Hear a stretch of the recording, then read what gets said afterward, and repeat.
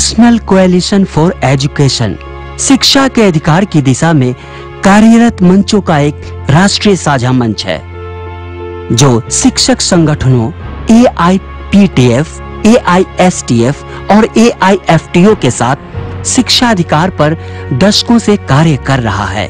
राजस्थान की पत्थर खदानों में कार्यरत स्कूल जाने योग्य बच्चों के बारे में प्रारंभिक जानकारी इकट्ठा करने तथा इस प्रकार के बच्चों को शिक्षा अधिकार कानून की मुख्य धारा में लाने के उद्देश्य से नेशनल कोएलिशन फॉर एजुकेशन ने राजस्थान के 4 जनपदों कोटा, बूंदी, अलवर एवं भीलवाड़ा के 5 स्थानों के खनन क्षेत्र में जन सुनवाइयां आयोजित की। राजस्थान के खनन प्रभावित इलाकों की पत्थर खदानों और ईंट भट्ठों पर गरीब बच्चे बहुतायत में संलग्न हैं।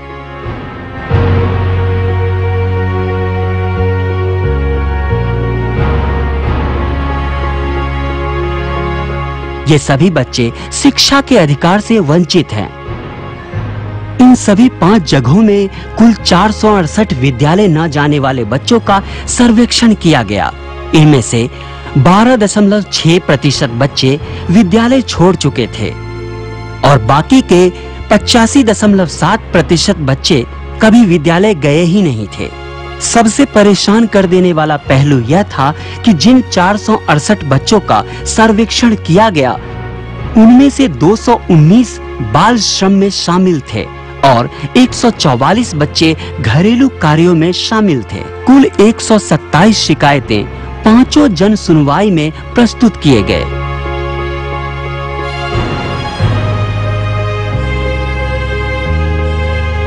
सबसे ज्यादा शिकायतें पालनहार योजना के समुचित क्रियान्वयन से संबंधित थे।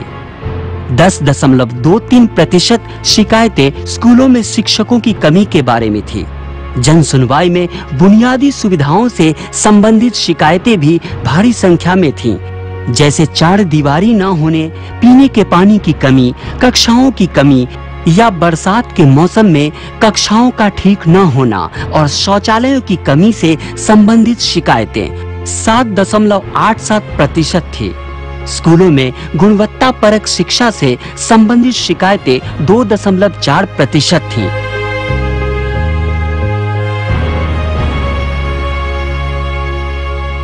जूरी सदस्यों के समक्ष बच्चों एवं अभिभावकों ने शिक्षा अधिकार संबंधित शिकायतें प्रस्तुत की।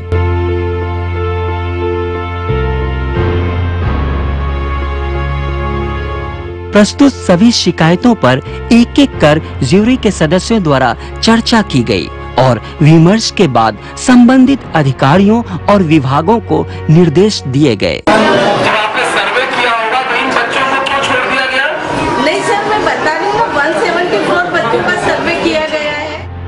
लापला का रहने वाला 12 वर्षीय सलमान पत्थर की खदानों में काम करता है। वह कभी भी विद्यालय नहीं गया। गरीबी इसका मुख्य कारण है।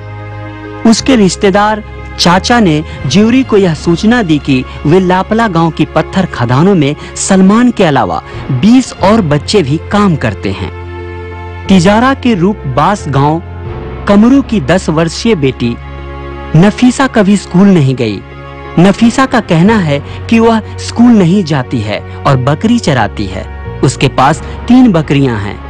उसने यह भी कहा कि यदि उसे विद्यालय जाने का मौका मिलता है तो वह निश्चित रूप से विद्यालय जाना चाहेगी।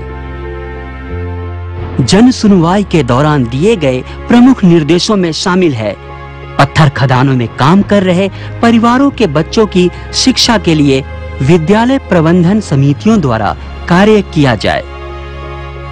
बूंदी में 1723 सरकारी विद्यालयों में लड़कियों और लड़कों के लिए अलग-अलग शौचालय बनाने का आदेश पारित किया गया।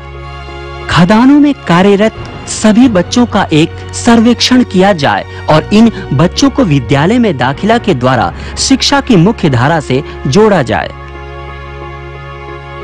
शिक्षा अधिकार अधिनियम 2009 के तहत निजी विद्यालयों में नामांकित किए गए बच्चों के साथ भेदभाव न किया जाए।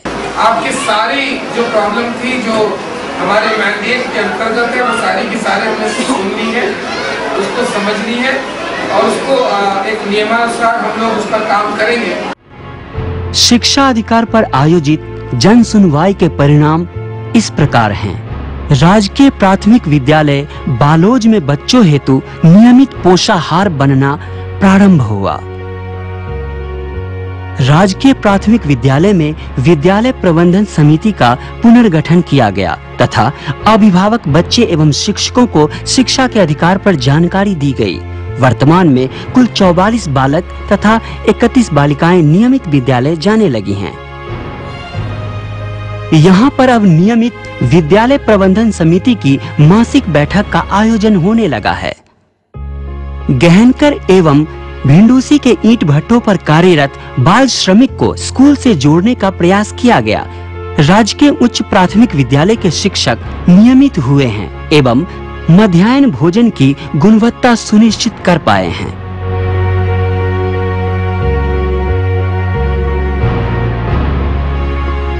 जन सुनवाइयों में पत्रकार, शिक्षा एवं श्रम विभाग के अधिकारी, पंचायत प्रतिनिधि, राज्य बाल अधिकार संरक्षण आयोग के प्रतिनिधि ज्यूरी सदस्य के रूप में उपस्थित रहे। इन सुनवाइयों में सर्वेक्षण रिपोर्ट के अतिरिक्त कार्यरत बच्चों और शिक्षा से वंचित बच्चों ने आप बीती ज्यूरी के समक्ष रखी। जन सुनवाई के बाद श्रम एवं नियोजन विभाग, खनन, स्वास्थ्य, पीडब्ल्यूडी, पंचायती राज प्रतिनिधियों, स्थानीय प्रशासन तथा शिक्षा विभाग के साथ जन सुनवाई में आई समस्याओं की रिपोर्ट साझा की गई। इसके साथ ही अभिभावकों तथा स्थानीय समुदाय के लोगों ने इसमें अपनी भूमिका तय की तथा भविष्य में आवश्यक कदम उठाने का संकल्प भी लिया। स्थानीय प्रशासन ने भी आवश्यक कदम उठाने के वादे किए। मीडिया में आई खबरों से एक प्रभावकारी जागरूकता बढ़ी और कई सुधारात्मक प्रयास शुरू हो गए।